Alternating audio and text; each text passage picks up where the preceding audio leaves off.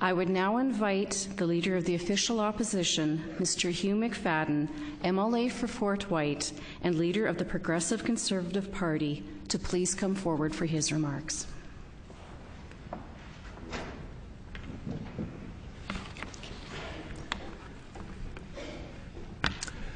Good morning, miigwech, and thank you for the opportunity to be part of this historic event on the occasion of the 140th birthday of the province of Manitoba, Manitoba Day.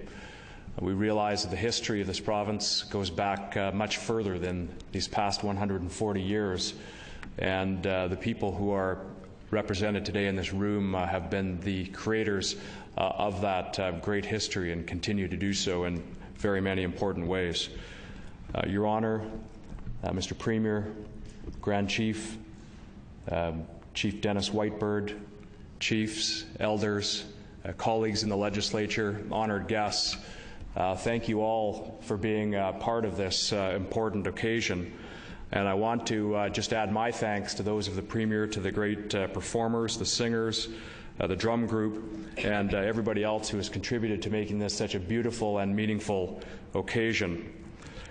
We know that the treaties are a part of our history as well as part of the current fabric of the province of Manitoba. The treaties are more than words on paper.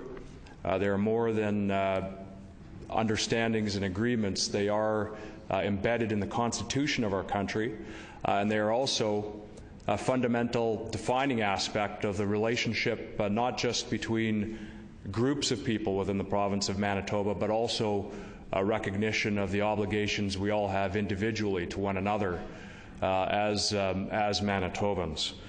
The treaties are important because they signify mutual respect, a desire to work together toward a better future, a recognition of the importance of all people on this land that we all love and share, and that we know as the province of Manitoba. The goodwill that is inherent in the idea of treaties is important, because as we look at our history, we know that too often through either neglect or deliberate policy, goodwill was not present and has had very damaging results and implications for many people. And we need to regain that sense of goodwill that was present at the time that the treaties were signed as we move into the future. And as we consider today the history of our province and the history of this land and the people who have occupied it, I believe it is also just as important, if not more important, that we begin to forge a common vision for a better future for Manitoba as well, bearing in mind the obligations that we have toward one another, but also working together through dialogue and mutual respect to explore together what that future may look like. I believe that that future will be better than our past. I believe it can be better than what the past has been, and that better future will arise through respect and dialogue. And so as we forge that vision for a better future, we begin with the realities of today. Many of those realities are not positive, are things that we need to be mindful of and to address. Many are positive as well, and that needs to be acknowledged. Progress has been made, and that is important to acknowledge as well. But as we look to that future, we are all committed together to begin to move beyond some of the negativity of the past, begin to build a better future of mutual respect. And I believe, as I think many do, that at the heart of our ability to make progress together lies the importance of education for all people. And this generation, this group of people, is the future of Manitoba. It is them that will define that future, and their ability to get an education that prepares them for the future and for the modern world at the same time as it respects cultural traditions and our history is going to be the key to building a better future for the province of Manitoba. And so I want to share with the Premier my thanks to those who have made today a reality, In particular, acknowledge the late Oscar Laughlin and his family, who is represented here today. I want to acknowledge as well the member for Rupert's Land, who I know was instrumental in helping to bring about this morning's important event. And so thank you all again. I'm looking forward to hearing from other speakers, also looking forward to enjoying Ian Ross's play later this morning. Again, thank you to all of you, miigwech, and we look forward to a great future based on respect and an optimistic view of a future of progress. Thank you very much. Miigwech.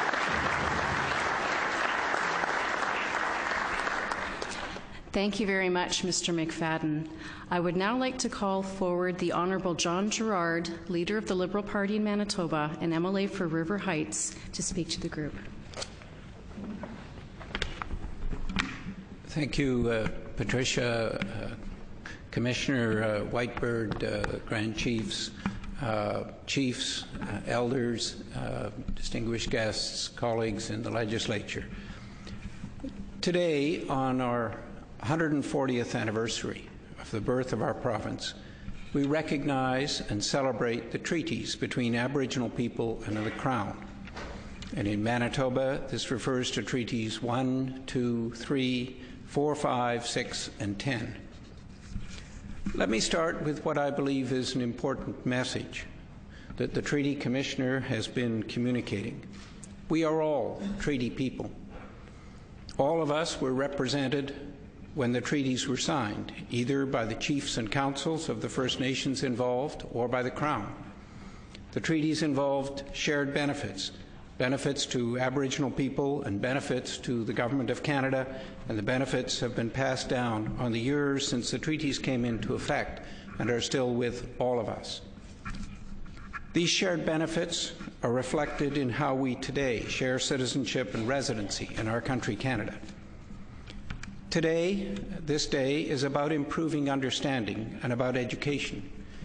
Now, education was an important part of the vision of each treaty, and included in each treaty was the commitment of the Crown to ensure that there was a school and educational opportunities in each First Nations community. Since we're talking today about understanding, let me take a moment just to talk about my own journey of understanding. As I grew up, I learned about our history as Canadians, about the treaties, and increasingly I read widely to learn more. But it was only gradually, as I met people in different parts of Canada, that I came to more fully appreciate the situation of many Aboriginal people. I remember one day in 1967 at Montreal Lake in Saskatchewan, meeting with teachers in the Aboriginal community. And they pleaded for books and materials which were relevant to the experience of the children they were teaching.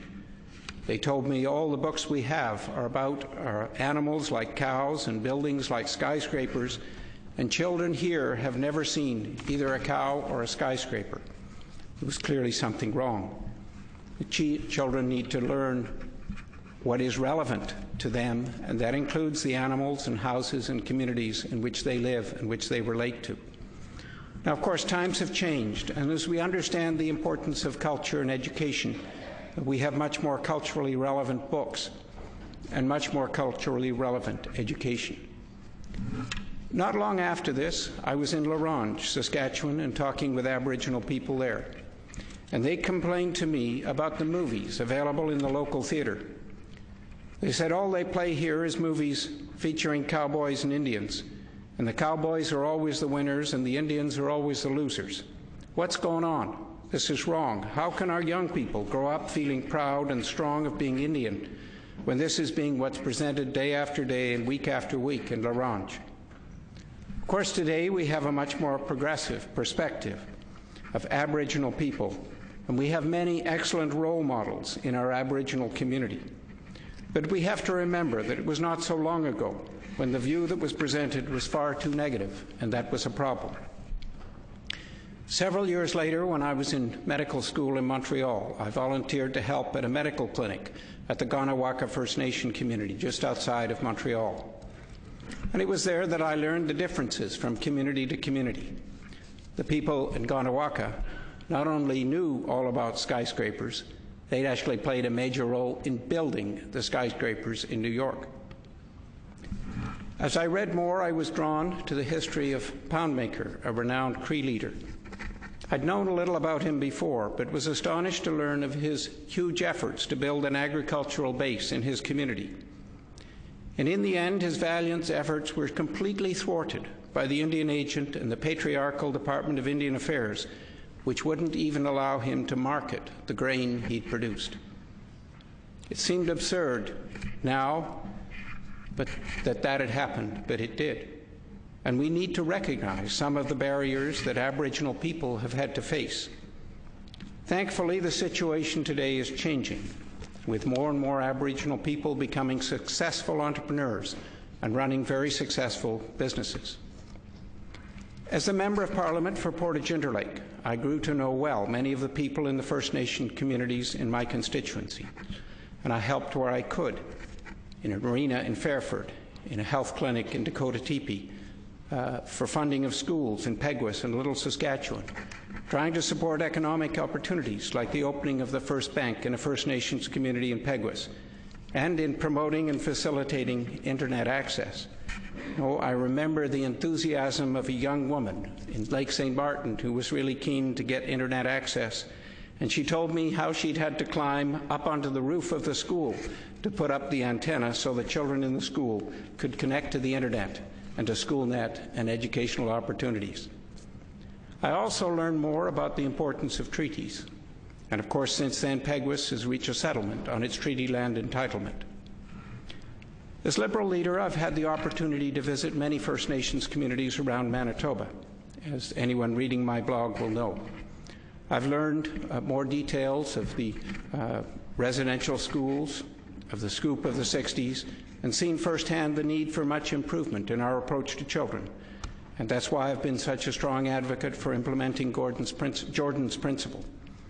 I've seen her firsthand last year, the H1N1, the housing situation in communities like Garden Hill, and I've advocated for improvement.